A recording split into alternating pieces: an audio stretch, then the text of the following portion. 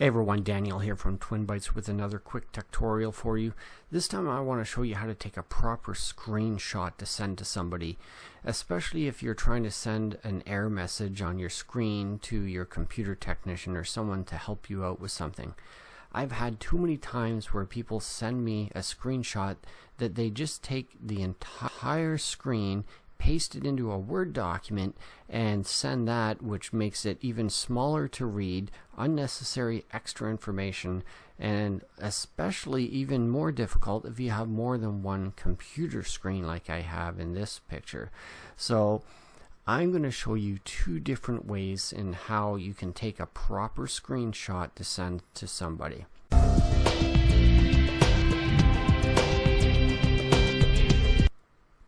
So first off, I got an error message on my screen here as an example, and I want to be able to send that to someone to help me out with that. So I'm going to try two different methods.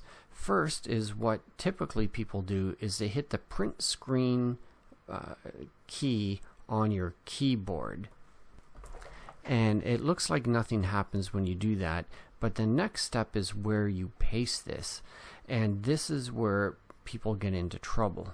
They'll open up a Word document like this and then they'll paste the picture in here. And you can see here, if I make this a little bit bigger, I can try and zoom in a bit more, and maybe if you zoom in and scroll over, the quality of it is decent enough that you can see. But this is hard to deal with, and it's not the preferred method of sending a screenshot.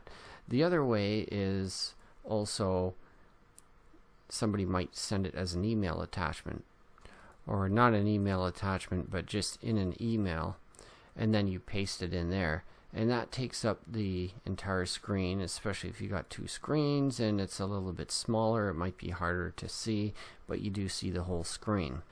What I'd like is you could do the whole print screen method if you want, but instead of pasting it in Word or straight into a email in the body of the email, which may be difficult to read, you'd want to open up Paint. And Paint's a very old program, but you can just hit paste, throw it in there, and then you can go and save that. Once you have it saved somewhere, then you can actually open that file or attach it in an email. And now we have that attachment in the email. So if we go to open that, it'll open it up in a picture viewer, and with the picture viewer you can zoom in and you can see things as well, and you may even have a lot more zoom on this than what you'd have in a Word document, which you can see is insanely different to zoom in here versus up to a 200% zoom on Word.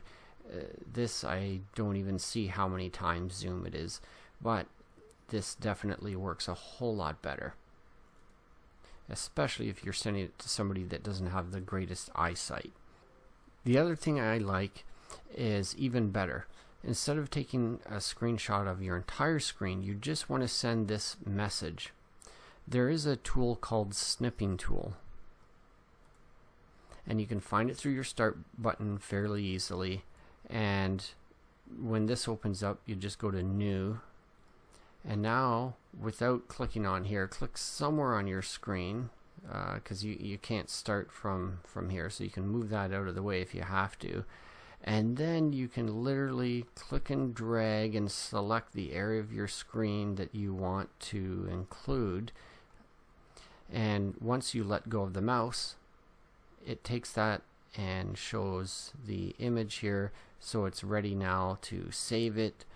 And you can save that and email it as an attachment, or you can copy it and then paste that straight into an email, or you can even click the button to go straight to sending a new email, and it has the attachment right there in the email message ready to go.